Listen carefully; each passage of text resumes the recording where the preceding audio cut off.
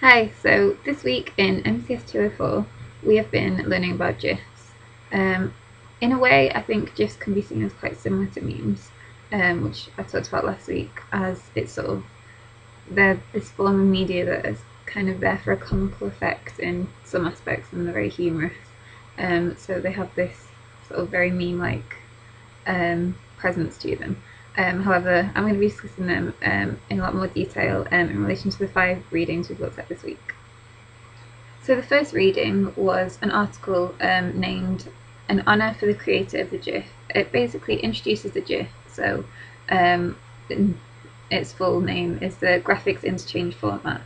And it has a quote saying that GIFs provide a platform for nearly everything, so from rapid fire political commentary to digital art to small moments of celebrity intrigue, which sort of indicates just how widespread they can be, a bit similar to memes in that sense. It's sort of the reading discusses sort of Steve Willett, who's the inventor of the GIF. The first one was which he created in 1987, sort of which was created when he created a picture of an aeroplane. He describes it as the GIF was able to move as fast as internet culture itself and has today become the ultimate meme maker.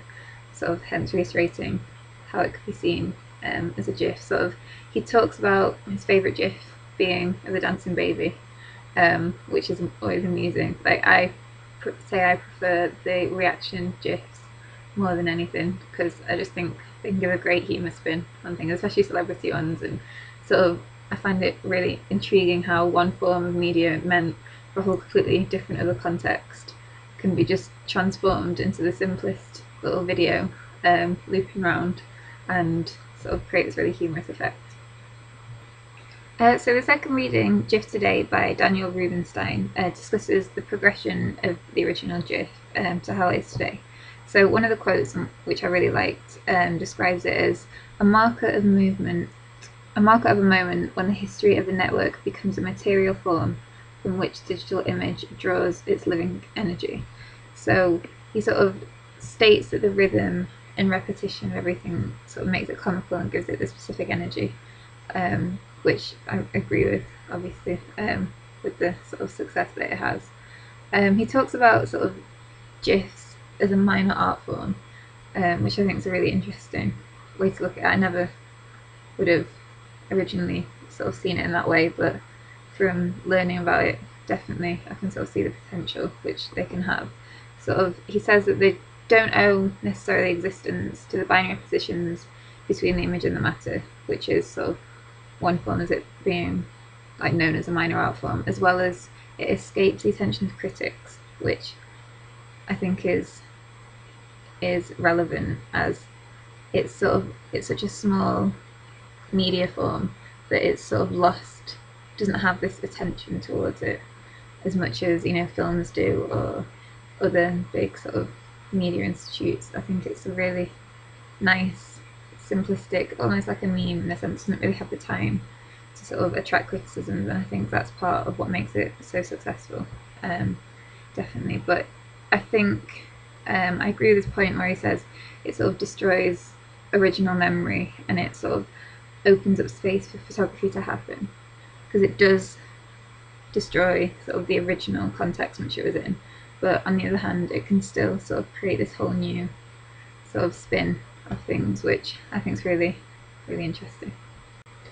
Also, the third reading, Fresh from the Internet's Attic by Alex Williams, discusses how sort of GIFs are popping up all over now in art galleries, sort of fashion advertising, online marketing campaigns, and such like a widespread area. He gives an interesting spin, sort of comparing these GIFs to fashion and how people in their 20s, it's a relic from their childhood which is coming back around because it was something they were sort of accustomed to when they were younger.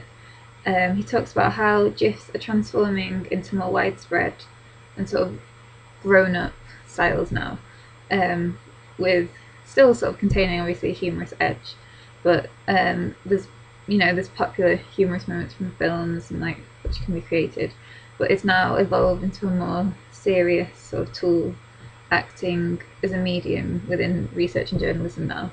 They're not just solely for comical purposes anymore. So the fourth reading, Inside the GIF Industrial Complex, How the Animated Image File Took Over the Internet by Chadwick Matlin, relates in a similar way to a bit like the one I just talked about. It sort of discusses how the GIF can act as a medium to make something impossibly confusing but to entirely comprehensible.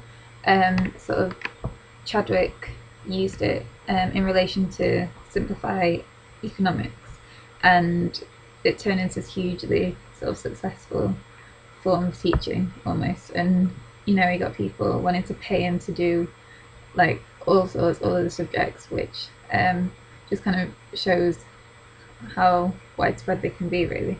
He reiterates the other readings, sort of highlighting the evolution of the GIF from obviously from the original humorous aspect, and he also talks about Tumblr and its effect that that's had on the GIF, as it's made it so easy to share now. So it does sort of owe quite a lot to Tumblr, as that's one of the main media platforms people, I think, witness GIFs today. Definitely. So it's also, you know, like any of the readings, reiterates just how infectious that GIFs can be.